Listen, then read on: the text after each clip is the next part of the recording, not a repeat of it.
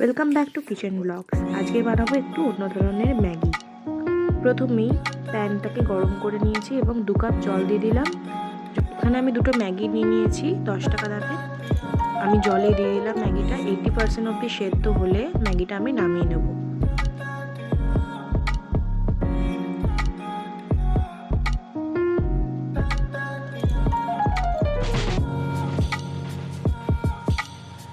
সসপ্যানে আমি 2 পলা মতো তেল দিয়ে নিচ্ছি।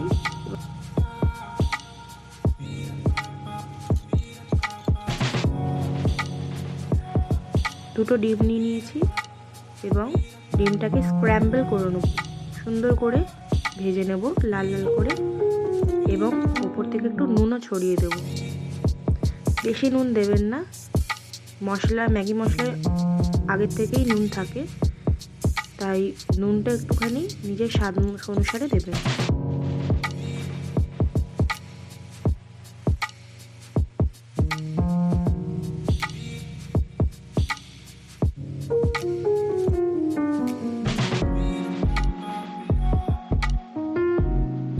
দেখুন ডিম ভাজা হয়ে গেছে এবং আমি এটা নামিয়ে নেব।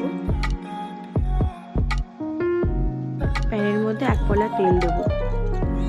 এই সময় গ্যাসের ফ্লেমটা হাইতে রাখবো এবং যে কোনো চাইনিজ খাবার করতে গেলে গ্যাসের ফ্লেমটা হাই রাখলেই তার স্বাদটা খুব ভালো হয়।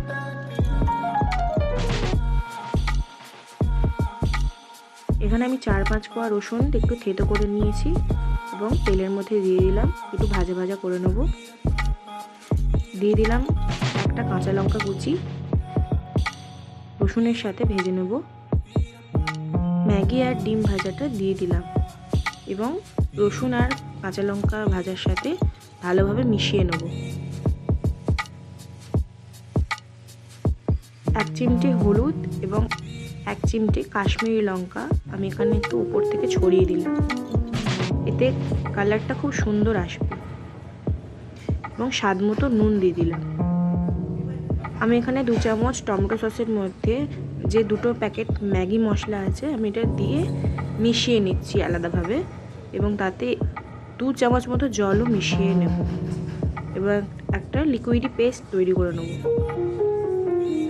এইভাবে মশলাটা মিশিয়ে নিলে আমি দেখেছি খুব সুন্দর টেস্ট হয় ম্যাগির।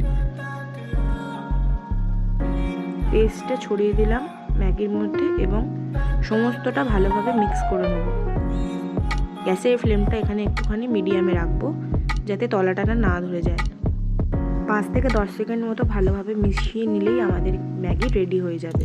শীতকালে বিকেলবেলা এরকম ঝাল ঝাল ম্যাগি কার না ভালো লাগে। তাই রেসিপিটি ভালো লাগলে একটা লাইক করবেন, চ্যানেলটি সাবস্ক্রাইব করে রাখবেন এরকম সুস্বাদু রেসিপির জন্য।